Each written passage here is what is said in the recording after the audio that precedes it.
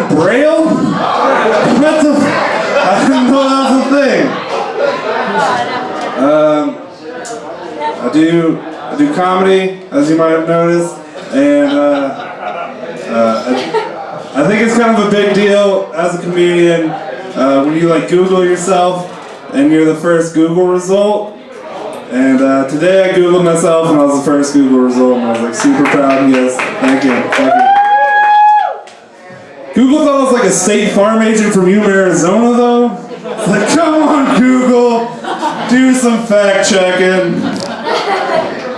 I was trying to think about what the best addiction, like if you had to have an addiction, which I mean everybody does, but if you got to pick which one, like what would be the objectively like the best addiction? And at first I thought drinking, because drinking's pretty tight.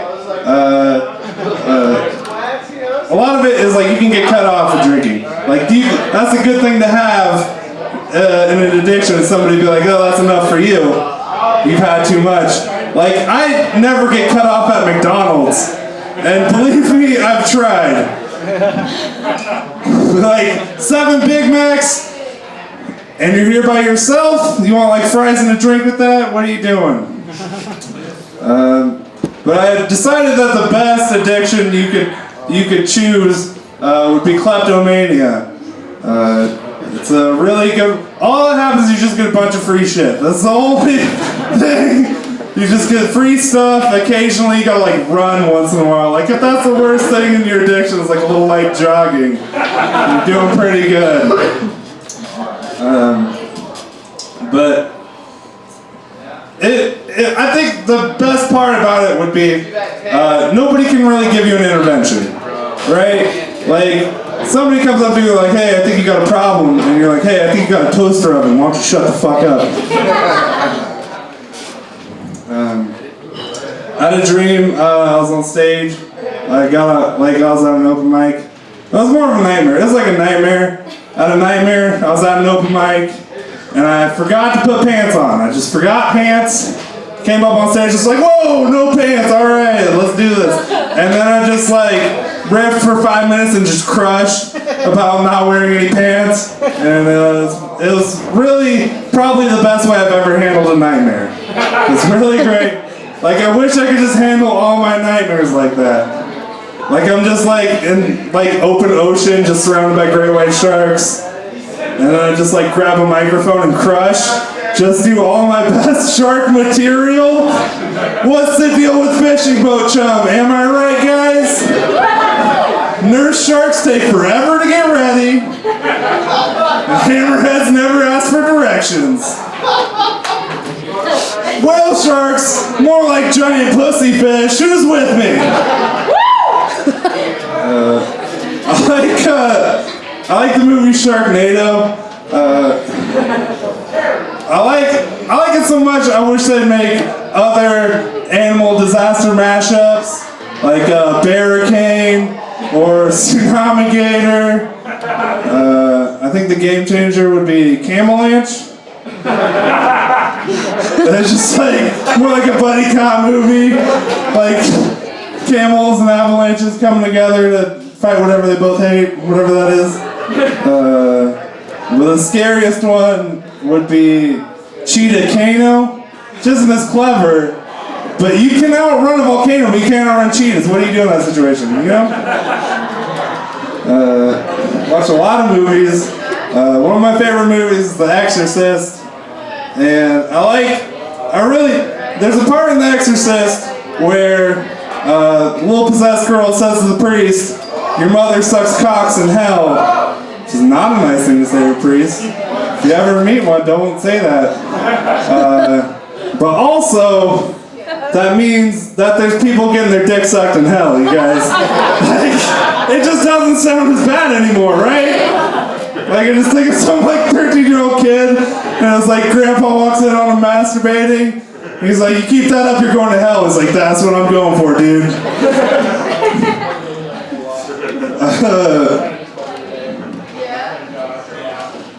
Watch. Most of my set is about me watching things on TV, just so you know.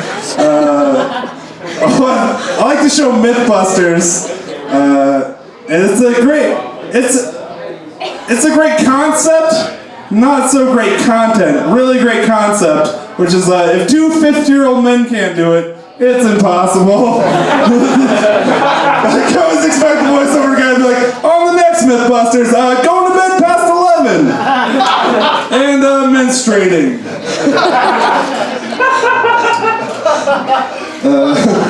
You guys know you have to apply to be a sperm donor? I sent in an application and they rejected it. They sent me a letter, but they didn't return my sock, which I thought was kind of rude. I read a statistic that 95% of men masturbate, which seems a little low, right?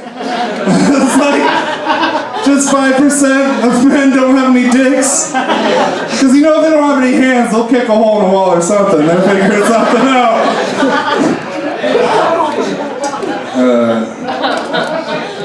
One time I was masturbating, I did this thing where I tried this thing where I put my feet up, which I guess you're not really supposed to do in a movie theater. The lady in front of me was pissed. I think the person that decided you can cut the umbilical cord off a baby was the same person that decided circumcision was okay. I think there was just a village a really long time ago, and they're all just dragging around their placenta still, in their 20s. They're just what are we, these meat sacks are so annoying, why do we have them? We just have to use our left hand to carry these things around, it's such bullshit. And one guy was just you know what? Next baby, we're cutting it off, seeing what happens. I'm alright, let's do it. The only pregnant lady in the village is freaking out. Fuck, what? Why did I get volunteered? And then so the baby comes out and they're alright, getting rid of this thing. Boom, no more meat sacks hanging off. And then they're whoa, this guy is onto something. He can just cut off these meat sacks? What else don't we need on babies? And then they look at the guy and they're hey, what do we need? He's that skin at the end of the penis? Gone. Get rid of it. It's out of here. And then they're his Wolf of Wall Street montage, right? And they're just balling, just throwing foreskin everywhere, pouring placenta juice on himself while Kanye's playing. And then that was his high point, and then all the bad baby ideas came in. He's no more eyelets. I'm sick of looking at shit half the time. Get rid of eyelets. They're done. Not in my village. And then that turned out horribly. People's eyes just dried up and stuff. And then he's alright, that one was a fluke. The kneecaps, other way, turn them around. They're gonna be like cheetahs. It's gonna be awesome. I really appreciate you guys laughing at baby mutilation, the first half of the joke. Good baby mutilation, you're alright, I'm in for this. Bad baby mutilation, I don't know. Not for it.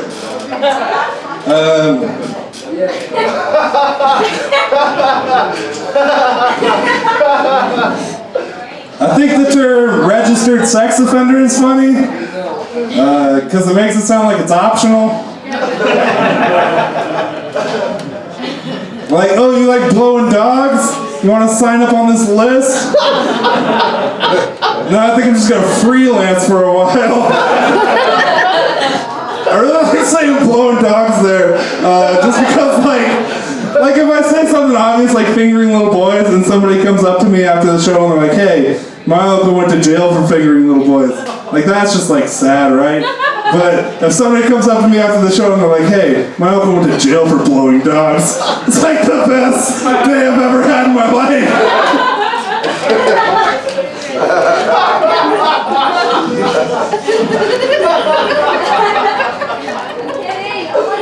They're into it. That guy's crowd work was alright, but his dog work was incredible. You just said who's a good boy for 5 minutes and crushed. I feel bad for people that legitimately need directions to Carnegie Hall. Somebody's just how do I get to Carnegie Hall? They're like, practice. Like, no, I got a show there in 20 minutes. I need directions. Like, here's some direction. Follow your dreams, buddy. And then he just like pulls away in a cab. And the cab just like turns into doves. And then like a homeless guy like eats the doves and gets like crazy diarrhea, and he like goes to a mall and uses the bathroom. And like one of those like snakes that people are worried about coming up out of toilets comes up and like bites him right on the asshole. And it just like fills up like a giant diarrhea snake balloon. What? Yeah, no! And then he like takes it to the doctor, and then he's like, what is this? He's like, that's a giant diarrhea snake balloon. And he's like, fuck. And the doctor like takes it to science, and then science like gives him like an Emmy. And then like that's how you get to Carnegie Hall, pretty sure. That's how you make it. Alright, thanks guys, I'm Zeke Herrera. I appreciate it.